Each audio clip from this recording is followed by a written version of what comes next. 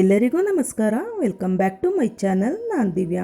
ಇವತ್ತಿನ ವಿಡಿಯೋದಲ್ಲಿ ನಾನು ಬಾಯ್ಲರ್ ಕೋಳಿ ಸಾಂಬಾರ್ ಹಾಗೆ ಅದರ ಕಾಂಬಿನೇಷನ್ ಆಗಿ ಕಬಾಬ್ ಹೇಗೆ ಮಾಡೋದು ಅಂತ ತೋರಿಸ್ಕೊಡ್ತಿದ್ದೀನಿ. ನಾನಿಲ್ಲಿ ಬಾಯ್ಲರ್ ಕೋಳಿ ಸಾಂಬಾರ್ಗೆ ಮಸಾಲೆನ ಫ್ರೈ ಮಾಡ್ಕೊಂಡು ಹಾಕೋತೀನಿ. ಒಂದು ಪ್ಯಾನ್ನ ಬಿಸಿ ಮಾಡಿಕೊಂಡು ಅದಕ್ಕೆ 2 ಟೇಬಲ್ ಸ್ಪೂನ್ ಆಯಿಲ್ನ ಹಾಕ್ಕೊಂಡು ಒಂದು 12ರಿಂದ 13 ಗುಂಟೂರು ಮೆಣಸಿನ್ಕಾಯಿನ ತಗೋತಿದ್ದೀನಿ ಖಾರಕ್ಕೆ. ಹಾಗೆ ಒಂದು 8 ಬ್ಯಾಡಗಿ ಮೆಣಸಿನ್ಕಾಯಿನ ತಗೋತಿದ್ದೀನಿ. ಇವೆರಡನ್ನೂ ಸ್ವಲ್ಪ ಫ್ರೈ ಮಾಡ್ಕೊಬೇಕು, ಜಾಸ್ತಿ ಫ್ರೈ ಮಾಡಬಾರ್ದು, ಸೀದೋಗೋ ಥರ. ಒಂದು 4 ಈರುಳ್ಳಿನ ಉದ್ದಾಗಿ ಕಟ್ ಮಾಡಿ ಹಾಕ್ಕೊಂಡಿದ್ದೀನಿ. ಹಾಗೆ ಡ್ರೈ ಸ್ಪೈಸಸ್, ಈ ಟೈಮಲ್ಲಿ ಡ್ರೈ ಸ್ಪೈಸಸ್ ಹಾಕೋಬೇಕು. ಕಡಲೆ, ಸ್ವಲ್ಪ ಸೋಂಪು, ಲವಂಗ, ಚಕ್ಕೆ, 1 ಏಲಕ್ಕಿ, ಮೆಣಸು ಇಷ್ಟನ್ನು ಹಾಕ್ಕೊಂಡು ಫ್ರೈ ಮಾಡ್ಕೋಬೇಕು. ಹಾಗೆ 1-2 ಗೆಡ್ಡೆಯಷ್ಟು ಬೆಳ್ಳುಳ್ಳಿ, 1-2 ಇಂಚಷ್ಟು ಶುಂಠಿ ಸ್ವಲ್ಪ ಫ್ರೈ ಮಾಡ್ಕೊಬೇಕು ಹಾಕ್ಕೊಂಡು. ಹಾಗೆ 2 ಟೊಮೊಟೊ ತೊಗೊಂಡಿದ್ದೀನಿ. ನೀವು ದಪ್ಪು ಟೊಮೊಟೊ ತೊಗೊಳ್ಳೋದಾದರೆ 1 ತೊಗೊಳ್ಳಿ. ನಾನಿಲ್ಲಿ ಆ್ಯಪಲ್ ಟೊಮೊಟೊ ತೊಗೊಂಡಿದ್ದೀನಿ. ಹುಳಿ ಟೊಮೊಟೊ ಹಾಕಿದ್ರೆ ಹುಳಿ ಆಗುತ್ತೆ ಸಾಂಬಾರು. ಹಾಗಾಗಿ ಸ್ವಲ್ಪ ಕೊತ್ತಂಬರಿ ಹಾಗೆ ಪುದೀನ ಇಷ್ಟನ್ನು ಹಾಕಿ ಸ್ವಲ್ಪ ಚೆನ್ನಾಗಿ ಫ್ರೈ ಮಾಡ್ಕೊಬೇಕು. ಚೆನ್ನಾಗಿ ಫ್ರೈ ಆದಮೇಲೆ ಟೊಮೊಟೊ ಎಲ್ಲ ನೀಟಾಗಿ ಬಾಡಿದ್ಮೇಲೆ ಕೊನೆಯಲ್ಲಿ ತೆಂಗಿನಕಾಯಿನ ಹಾಕ್ಕೋಬೇಕು. ನಾನಿಲ್ಲಿ ಅರ್ಧ ತೆಂಗಿನಕಾಯಿನ ಹಾಕ್ಕೊಂಡಿದ್ದೀನಿ, ಅರ್ಧ ಹೋಳು ಹಾಕ್ಕೊಂಡಿದ್ದೀನಿ ಒಂದು ತೆಂಗಿನಕಾಯಿನಲ್ಲಿ. ಗ್ಯಾಸ್ ಆಫ್ ಮಾಡಿ ಒಂದು 3 ಟೇಬಲ್ ಸ್ಪೂನಷ್ಟು ಧನಿಯಾ ಪೌಡ್ರನ್ನ ಹಾಕೋತಿದ್ದೀನಿ. ನಾನಿಲ್ಲಿ ಸಾಂಬಾರು ಕ್ವಾಂಟಿಟಿ ಸ್ವಲ್ಪ ಜಾಸ್ತಿ ಮಾಡ್ತಿದ್ದೀನಿ, ಹಾಗಾಗಿ ಜಾಸ್ತಿ ಹಾಕ್ಕೊಂಡಿದ್ದೀನಿ. ನೀಟಾಗಿ ಮಿಕ್ಸ್ ಮಾಡಿ ಅದೇ ಬಿಸಿನಲ್ಲಿ ಮಸಾಲೆನ ಆರಲಿಕ್ಕೆ ಬಿಡಬೇಕು. ಆ ಮಸಾಲೆ ಆರೋ ಅಷ್ಟರಲ್ಲಿ ನಾನು ಇಲ್ಲಿ ಕಬಾಬ್ನ ಕಲಿಸ್ಕೊಂಡು ಇಟ್ಕೊತಿದ್ದೀನಿ ಕಬಾಬ್ಗೆ. ಅದಕ್ಕೆ ಒಂದು ಬೌಲ್ಗೆ ಕಾರ್ನ್ಫ್ಲೋರ್ ಒಂದು 2 ಟೇಬಲ್ ಸ್ಪೂನಷ್ಟು ಹಾಕೋತಿದ್ದೀನಿ. ನಾನಿಲ್ಲಿ 1 kg ಚಿಕನ್ನ ಕಬಾಬ್ ಮಾಡ್ತಿದ್ದೀನಿ. ಹಾಗೆ 1 ಟೇಬಲ್ ಸ್ಪೂನಷ್ಟು ಅಕ್ಕಿ ಹಿಟ್ಟು,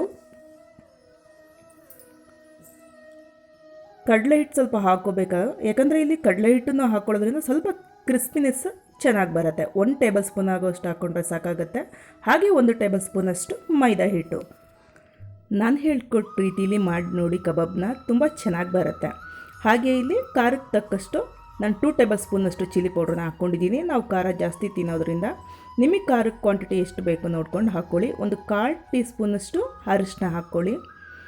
ಹಾಗೆ ನಾನು ಒಂದು ಕಬಾಬ್ ಪೌಡ್ರನ್ನ ತೊಗೊಂಡಿದ್ದೀನಿ. ಇಲ್ಲಿ ನೀವು ಯಾವ ಕಂಪ್ನಿ ಬೇಕಾದ್ರೂ ತೊಗೋಬೋದು. ನಾನು ಯಾವಾಗಲೂ ಹೊರಗಡೆ ಪೌಡ್ರನ್ನ ಯೂಸ್ ಮಾಡೋದಾದರೆ ತೇಜನ್ನ ಯೂಸ್ ಮಾಡ್ತೀನಿ. 1 ಕಬಾಬ್ ಪೌಡ್ರನ್ನ ಹಾಕ್ಕೊಂಡಿದ್ದೀನಿ. ಹಾಗೆ 1 ಟೇಬಲ್ ಸ್ಪೂನಷ್ಟು ಶುಂಠಿ ಬೆಳ್ಳುಳ್ಳಿ ಪೇಸ್ಟು, ಕೊನೆಯಲ್ಲಿ ರುಚಿಗೆ ತಕ್ಕಷ್ಟು ಉಪ್ಪನ್ನ ಹಾಕೋತಿದ್ದೀನಿ. ಇವಾಗ ನಾನು 2 ಮೊಟ್ಟೆನ ಆ್ಯಡ್ ಮಾಡ್ತಿದ್ದೀನಿ. ನಿಮಗೆ ಎಷ್ಟು ಮೊಟ್ಟೆ ಬೇಕೋ ಅಷ್ಟು ಹಾಕ್ಕೊಳ್ಳಿ. ನಾನಿಲ್ಲಿ ನೀರನ್ನು ಒಂದು ಸ್ವಲ್ಪ ಕೂಡ ಆ್ಯಡ್ ಮಾಡ್ತಿಲ್ಲ, ಹಾಗಾಗಿ 2 ಮೊಟ್ಟೆನ ಹಾಕೋತಿದ್ದೀನಿ. ಕೆಲವರು ಮೊಸರು ಹಾಕ್ಕೊಂಡು ಮಾಡ್ತಾರೆ, ಇನ್ನು ಕೆಲವರು 1 ಮೊಟ್ಟೆ ಹಾಕ್ಕೊಂಡು ಮೊಟ್ಟೆ ಜೊತೆಗೆ ಸ್ವಲ್ಪ ನೀರನ್ನ ಮಿಕ್ಸ್ ಮಾಡಿಕೊಂಡು ಕಲಿಸ್ತಾರೆ. ನಾನಿಲ್ಲಿ ಯಾವುದೇ ರೀತಿ ನೀರನ್ನ ಹಾಕ್ಕೊಳ್ಳದೆ ಇರೋ ಕಾರಣ ಮೊಟ್ಟೆನೇ 2 ಹಾಕ್ಕೊತಿದ್ದೀನಿ.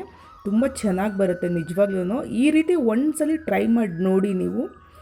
ಕಬಾಬು ಎಲ್ಲೂ ಕೂಡ ಕೋಟಿಂಗ್ ಬಿಟ್ಕೊಳ್ಳೋದಾಗಲಿ ಆಗೋದಿಲ್ಲ, ಪರ್ಫೆಕ್ಟಾಗಿ ಬರುತ್ತೆ. ಇದಿಷ್ಟನ್ನು ನೀಟಾಗಿ ಮಿಕ್ಸ್ ಮಾಡಿಕೊಂಡು ಕೈ ವಾಶ್ ಮಾಡ್ಕೊಂಡು ಇನ್ನೊಂದು ಕಲಿಸ್ಕೊಬೇಕು. ನೀಟಾಗಿ ಕಲಿಸ್ಕೊಬೇಕು, ಎಲ್ಲೂ ಕೂಡ ಗಂಟು ಆಗಬಾರ್ದು. ಆ ರೀತಿ ಕಲಿಸ್ಕೊಬೇಕು. ಕಲಿಸಿದಾಗಿದೆ. ಕೊನೆಯಲ್ಲಿ ಒಂದು ಅರ್ಧ ನಿಂಬೆಹಣ್ಣನ್ನು ಹಾಕೋತಿದ್ದೀನಿ ನಾನು. ಜಾಸ್ತಿ ನಿಂಬೆಹಣ್ಣು ಹಾಕೋಕ್ಕೆ ಹೋಗಬೇಡಿ, ಹುಳುಳಿಯಾಗುತ್ತೆ.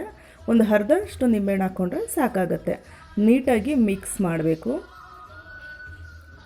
ನೋಡಿ ಯಾವ ಥರ ರೆಡಿ ಆಗಿದೆ ಮಸಾಲೆ ಅಂದರೆ, ಒಂದು ಚೂರು ಎಣ್ಣೆ ಆಗಲಿ ಅಥವಾ ನೀರಾಗಲಿ ಇವನ್ ಮೊಸರಾಗಲಿ ಹಾಕಬಾರ್ದು. ಓಕೆನಾ. ಇಲ್ಲಿ ನಾನು 1 kg ಚಿಕನ್ನಷ್ಟನ್ನು ಹಾಕ್ಕೋತಿದ್ದೀನಿ. ಚಿಕನ್ ಹಾಕ್ಕೊಂಡು ಅದೇ ಮಸಾಲೆನಲ್ಲೇ ಮಿಕ್ಸ್ ಮಾಡಬೇಕು. ಯಾಕಂದರೆ ಚಿಕನ್ನಲ್ಲಿ ನೀರಿರುತ್ತೆ, ಹಾಗಾಗಿ ನಾವು ನೀರನ್ನು ಆ್ಯಡ್ ಮಾಡ್ಕೊಳ್ಳೋದ್ರಿಂದ ಚೆನ್ನಾಗಿ ಬರೋದಿಲ್ಲ ಕಬಾಬು. ಕೋಟಿಂಗ್ ಆವಾಗಲೇ ಕೋಟಿಂಗ್ ಬಿಟ್ಕೊಳ್ಳೋ ಥರ ಆಗೋದು. ಇದು ಪರ್ಫೆಕ್ಟಾಗಿ ಬಂದಿರುತ್ತೆ. ನೀವು ಒಂದ್ಸಲಿ ನಾನು ಹೇಳ್ಕೊಟ್ಟ ರೀತಿಲಿ ಟ್ರೈ ಮಾಡಿ ನೋಡಿ, ಹೇಗೆ ಬಂತು ಅಂತ ಕಮೆಂಟ್ ಮಾಡಿ. ನೀಟಾಗಿ ಮಿಕ್ಸ್ ಮಾಡ್ಕೋಬೇಕು. ನೋಡಿ ಈಗೆಲ್ಲ ರೆಡಿ ಆಗಿದೆ. ನೀಟಾಗಿ ಕಲಿಸ್ಕೊಂಡಾದಮೇಲೆ ಕಬಾಬ್ನ ರೆಸ್ಟ್ ಮಾಡಲಿಕ್ಕೆ ಬಿಡಬೇಕು. ಅಂದರೆ ನಾವು ಸಾಂಬಾರು ರೆಡಿ ಮಾಡ್ಕೊಳ್ಳೋಷ್ಟರಲ್ಲಿ ಕಬಾಬ್ ಕೂಡ ರೆಸ್ಟ್ ಮಾಡ್ತಾ ಇರುತ್ತೆ. ಇವಾಗ ನಾನು ಸಾಂಬಾರು ಮಾಡೋಕ್ಕೆ ಒಂದು ಪಾತ್ರೆನ ಇಟ್ಕೊಂಡು ಅದಕ್ಕೆ ಸಾಸಿವೆ ಆಯಿಲ್ನ ಹಾಕೋತಿದ್ದೀನಿ. ನಾನು ನಾನ್ ವೆಜ್ಗೆಲ್ಲ ಸಾಸಿವೆ ಆಯಿಲ್ನ ಹಾಕೋತೀನಿ. ನೀವು ಯಾವುದು ಆಯಿಲ್ ಹಾಕ್ಕೊತೀರೋ ಅದನ್ನು ಹಾಕ್ಕೊಳ್ಳಿ. ಒಂದು 5ರಿಂದ 6 ಸ್ಪೂನು ಸಾಸಿವೆ ಆಯಿಲ್ನ ಹಾಕ್ಕೊಂಡು 1 ಈರುಳ್ಳಿನ ಕಟ್ ಮಾಡಿ ಒಗ್ಗರಣೆಗೆ ಹಾಕ್ಕೊಂಡು ಫ್ರೈ ಮಾಡಿ ಸ್ವಲ್ಪ ಚಿಕನ್ನ ಹಾಕ್ಕೋತಿದ್ದೀನಿ. ಸಾಂಬಾರಿಗೂ ಕೂಡ ಅಷ್ಟೇ 1 kg ಚಿಕನ್ನ ಹಾಕ್ಕೋತಿದ್ದೀನಿ. ಚಿಕನ್ನ ಹಾಕಿ 1-2 ನಿಮಿಷ ಫ್ರೈ ಮಾಡಿ ಲಿಡ್ ಕ್ಲೋಸ್ ಮಾಡಿ ಫ್ರೈ ಮಾಡಬೇಕು. ಮತ್ತೆ ಈ ರೀತಿ ಲಿಡ್ ಕ್ಲೋಸ್ ಮಾಡಿ ತೆಗೆದು ಮಿಕ್ಸ್ ಮಾಡಿ ನೋಡ್ತಾ ಇರಬೇಕು. 1-2 ಟೈಮ್ ಹಾಗೆ ಮಾಡಿ ಚಿಕನ್ನಲ್ಲಿರೋ ನೀರೆಲ್ಲ ಬಿಟ್ಕೊಳ್ಳೋವರೆಗೂ ಲಿಡ್ ಕ್ಲೋಸ್ ಮಾಡಿ ಬೇಯಿಸ್ಕೊಳ್ಳಿ.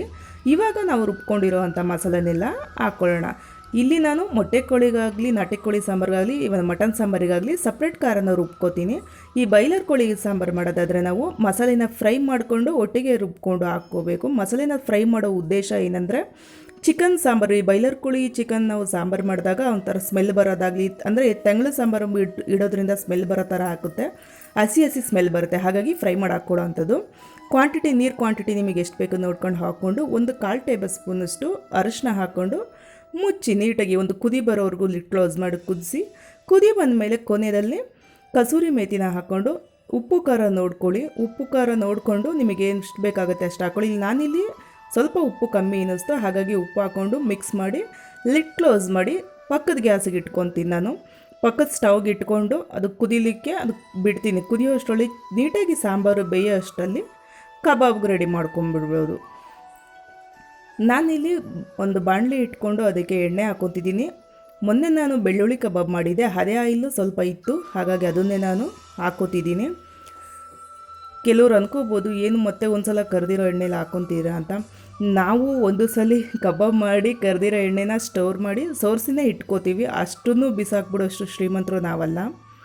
ಓಕೆನಾ, ನಾನು ಅದನ್ನು ಒಂದು ಜಾಲರಿಲಿ ಕಾಫಿ ಸೋರ್ಸ್ ಅಂತ ಜಾಲರಿನಲ್ಲಿ ಸೋರಿಸಿ ಇಟ್ಕೋತೀನಿ ಆಯಿಲನ್ನು.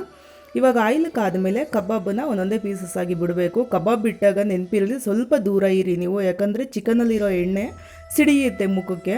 ಕಬಾಬು ಎಣ್ಣೆ ಹಾಕಿದ ತಕ್ಷಣ ಚಿಕನ್ನು ಒಂದು ಸಲ ಕಬಾಬ್ ಹಾಕಿದ್ಮೇಲೆ ಅದು ಒಂದು ಸೈಡ್ ಬೇಯೋವರೆಗೂ ಹಾಗೆ ಬಿಟ್ಬಿಡಬೇಕು. ಯಾವಾಗಲೂ ನಾವು ಕೈ ಆಡಿಸಿ ಮಿಕ್ಸ್ ಮಾಡ್ತಾ ಇರಬಾರ್ದು. ಈಗ ಒಂದು ಸೈಡ್ ಬೆಂದಾದಮೇಲೆ ಇನ್ನೊಂದು ಸೈಡ್ ಅದನ್ನು ಟರ್ನ್ ಮಾಡಿ ಇನ್ನೊಂದು ಸೈಡ್ ಬೇಯೋವರೆಗೂ ಹಾಗೆ ಬಿಡಬೇಕು.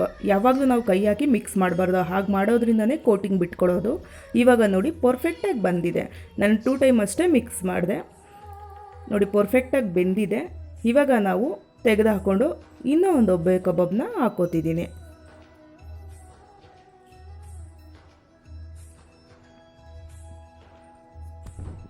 ಎಷ್ಟು ಚೆನ್ನಾಗಿ ಬಂದಿತ್ತಂದರೆ ಯಾವುದೇ ರೀತಿ ಕೋಟಿಂಗ್ ಬಿಟ್ಕೊಂಡಿರೋದಾಗಲಿ ಅಥವಾ ಯಾವುದೇ ರೀತಿ ಉಪ್ಪು ಖಾರ ಆಗಲಿ ಯಾವುದು ಹದ ಇಲ್ಲೇ ಇರೋ ಥರ ಆಗಲಿ ಇರಲಿಲ್ಲ.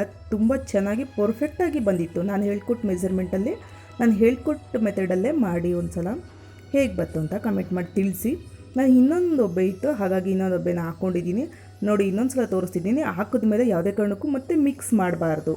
ಅದು ಒಂದು ಸೈಡ್ ಪೂರ್ತಿ ಬೇಯೋವರೆಗೂ ಬಿಟ್ಬಿಡ್ಬೇಕು. ಹಾಗೆ ನೋಡಿ ಇಲ್ಲಿ ಕಬಾಬು ಯಾವುದೇ ರೀತಿ ಎಣ್ಣೆಯಲ್ಲಿ ಕಬಾಬ್ ಕೋಟಿಂಗು ಬಿಟ್ಕೊಂಡಿಲ್ಲ. ನೀವು ಕೂಡ ಹೀಗೆ ಮಾಡಿ ನೋಡಿ. ಒಂದ್ಸಲಿ ಮಿಕ್ಸ್ ಮಾಡಿ ನೆಕ್ಸ್ಟ್ ಇನ್ನೊಂದ್ಸಲಿ ಬೆಂದ ಮೇಲೆ ಅದನ್ನು ತೆಗೆದು ಹಾಕ್ಕೊಡೋ ಅಂಥದ್ದಷ್ಟೇ. ಜಾಸ್ತಿ ಫ್ರೈ ಮಾಡಬಾರ್ದು ಕಬಾಬ್ನ. ಸೀದೋಗಿರೋ ಥರ ಆದರೆ ಟೇಸ್ಟು ಅದು ಬದಲಾಗತ್ತೆ. ಕಂಪ್ಲೀಟಾಗಿ ಈಗ ಕಬಾಬ್ ಆಗಿದೆ.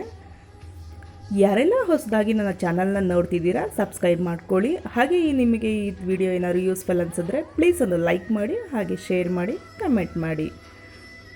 Thank you.